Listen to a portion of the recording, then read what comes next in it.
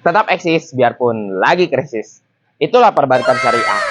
Perbankan syariah merupakan perbankan terkuat yang tahan terhadap krisis moneter, bahkan bisa menjadi solusi bagi krisis ekonomi global. Benarkah begitu? Mari kita bahas lebih lanjut.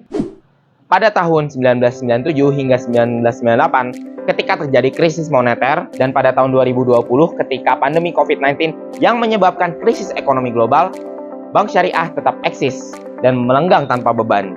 Pada saat terjadi krisis moneter, satu-satunya bank syariah saat itu yaitu Bank Muamalat Indonesia tetap segar.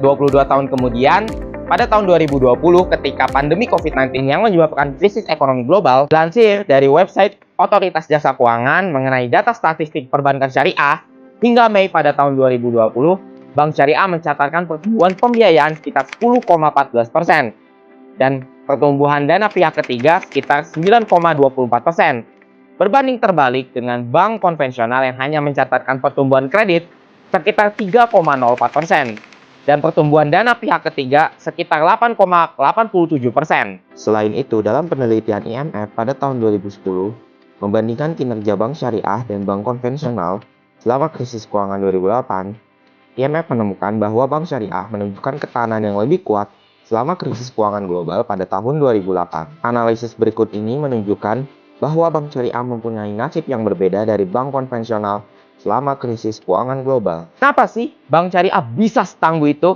dalam keadaan krisis tersebut? Alasannya karena bank syariah menerapkan sistem keadilan dan transparansi. Syariah tidak melayani pinjaman atau kredit, melainkan pembiayaan dengan sistem bagi hasil. Ketika terjadi potensi risiko seperti rasio kredit yang bermasalah atau net performing financing yang turun, itu tidak ditanggung sendiri, melainkan ditanggung bersama nasabah. Karena itulah, bank syariah lebih tahan terhadap krisis. Ini tuh, bank syariah berasaskan pada ekonomi syariah yang berpihak pada kebenaran, keadilan, dan menolak segala bentuk perilaku buruk seperti riba, boror, dan transaksi yang spekulatif. Nah, teman-teman, itulah kekuatan bank syariah dan berbagai alasan yang dijelaskan tadi. Dari sini kita belajar bahwa dengan menerapkan syariat, kita dapat selamat baik di dunia maupun di akhirat. Semoga dapat menjadi pembelajaran bagi teman-teman mengenai perbankan syariah. Barakallahu fikum.